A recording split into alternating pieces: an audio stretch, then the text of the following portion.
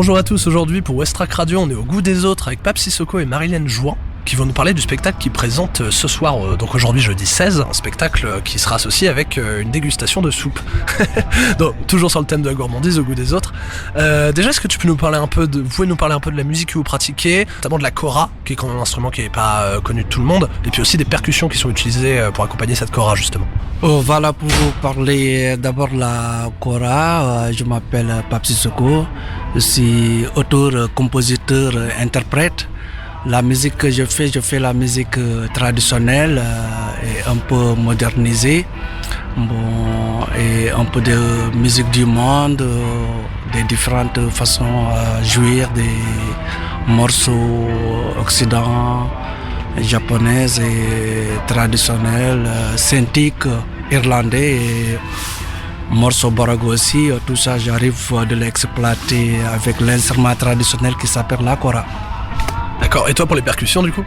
Alors moi j'accompagne Pape sur ses compositions, sa musique traditionnelle, donc avec le djembé, un instrument sénégalais à percussion, mais aussi avec quelques accessoires comme le tchékéré ou les kézeng et la cloche.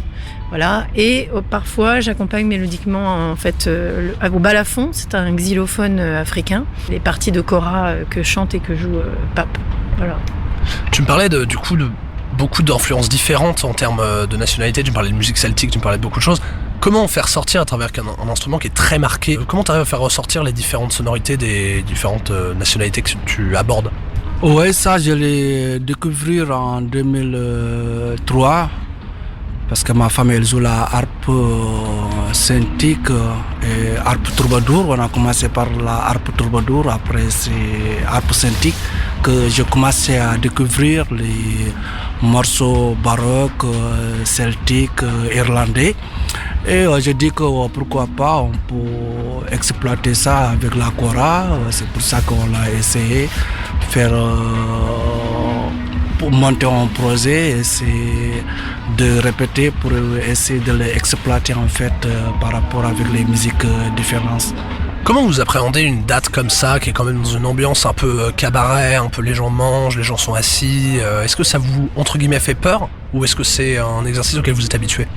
Non, ça me fait pas peur parce que j'ai l'habitude de faire des soirées gala un peu partout, chaque lieu a sa propre style qu'on peut amener pour l'adapter avec les différents publics. Justement, à propos du public, est-ce que tu sens qu'il y a un petit engouement ? Est-ce que le public s'y retrouve ? Oui, le public se retrouve parce qu'on a tous différents publics. Parce que là, c'est d'autres publics.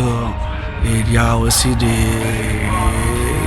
certains endroits qu'on peut amener les orchestres aussi, faire bouger les gens. Comme au niveau de Tetris, on a joué là-bas avec Tikenja. Pour vous dire, chaque public, nous, on a quelque chose pour eux. Et du coup, pour un public comme celui du goût des autres, que je disais tout à l'heure, dans une ambiance un peu cabaret, est-ce que vous avez prévu quelque chose de spécial ? Oui, on a prévenu quelques morceaux